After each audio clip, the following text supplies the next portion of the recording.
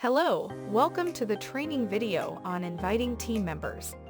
In this video, we will show you the different ways to invite a team member from the primary navigation panel or in a project, and also from the organization level.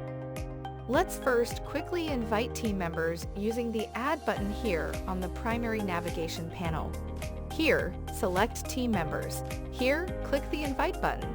Next, select the project for which you allocate a persona to the user and enter the email address of the team members whom you want to invite to your project and click the Invite button. An email invite will be sent to the user. Also, you can go to the Plan menu under Project and select Team Members. Click the Invite button and select Project and allocate a persona and enter the email address of the team member. Next, click the Invite button. To invite team members to the organization, go to the Organization workspace from the primary navigation panel.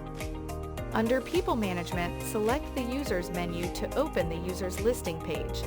Here, click the Invite User button and enter the persona and email addresses of the team members whom you want to invite to the organization and click the Invite button.